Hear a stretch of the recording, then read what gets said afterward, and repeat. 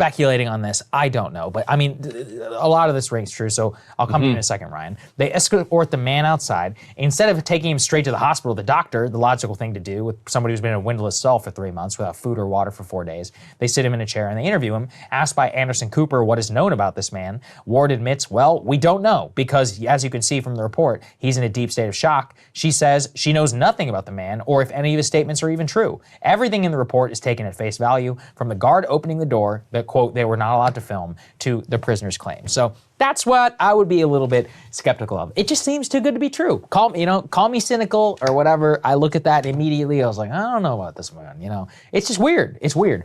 The videos of people being spontaneously freed, where you have dozens of people pouring, that's okay. I believe that, Yeah, and you can see some of that. Real. Yeah. It seems real. Again, look, who knows about what we're allowed to see or not. But we definitely know that thousands of people were held in Assad's dungeons. That's right. And now those dungeons are That's open. been assessed for a long time. Yeah, you're right. So that's absolutely real. This is like 4 days without water.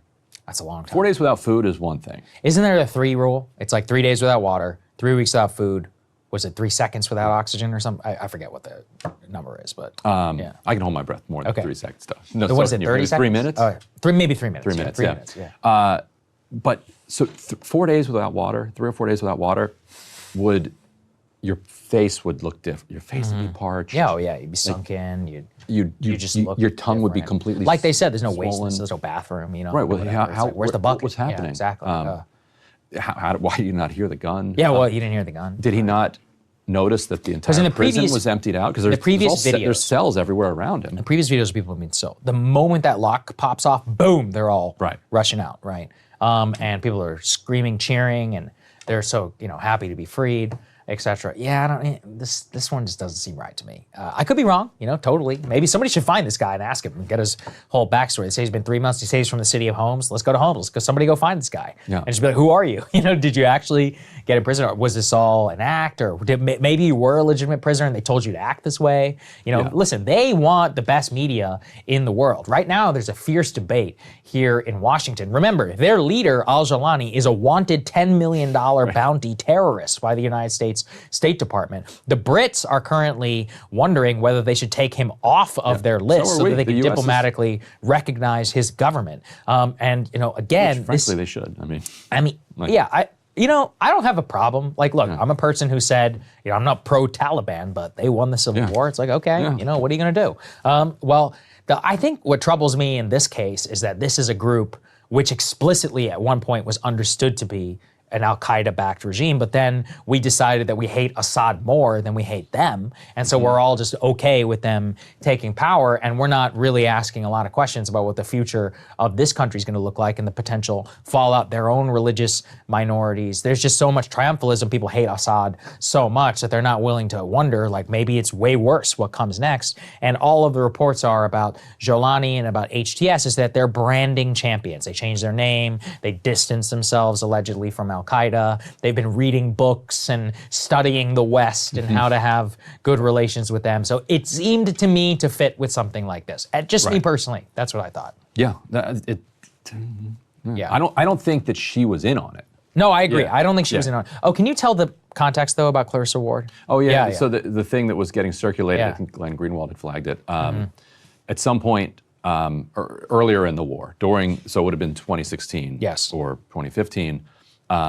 She did an interview with Mike Morrell and said that I don't know when the interview was, but she said in that interview that she had sent a very harsh note to Ben Rhodes, who was Obama's national security advisor. And the note said something like, I hope that you are sleeping well tonight. Yes. While something like the freedom fighters of Syria are being crushed by Assad. And she said, I cop to crossing the line on this story, on Syria, where I have gone from a journalist to an activist. This is what she said to Michael Morrell, CIA guy, in an interview with him. So if somebody was going to be kind of blinkered into this, it would have to be somebody who feels a deep ideological commitment to supporting the this outcome. You could understand it from our perspective. I'm not justifying it. I'm saying you can understand it. You've been covering this probably for a decade. You've seen a lot of people get killed. And Assad is a murderous, brutal, you've seen fanatical people, dictator. You've seen people beheaded, whatever. Her driver was killed. That's right. Her driver was killed. So a lot of these guys, Richard Engel and a few others, they all have personal experience in this. Although the Engel thing, you know what I'm talking about? What was that? When he was allegedly kidnapped. Oh, there's still a lot. That's a weird story too. I gotta be honest. Yeah. If we want to go, there was one with close arrests in Sudan also. Oh, really? Yeah. Is there questions about a weird detention or something? Yeah. Anyways, I mean, she's also very physically courageous. No, no one is putting her down. She puts herself at risk all the time. She did a good job in Afghanistan, I thought. Yeah, that was good. That was really very impressive good. coverage. The fall of Kabul, while the Taliban is streaming in, she stood her ground. She did really good interviews. But nobody's infallible, and there's some potential questions here at CNN. To be honest, if this turned out to be staged, this would be like a Brian Williams style scandal, if true. That's why I would like someone to go interview this guy. Clarissa should break it. Huh? Clarissa should break, you're right. Go break that news. Yeah, the only way to redeem yourself is to then figure out who this guy figure out who he is and to answer the questions, just to maintain your own story. Because some people were speculating, oh, maybe it was a guard who just wanted to stay there. But then it's like, well, how'd they lock himself in? Right. Yeah, that's right.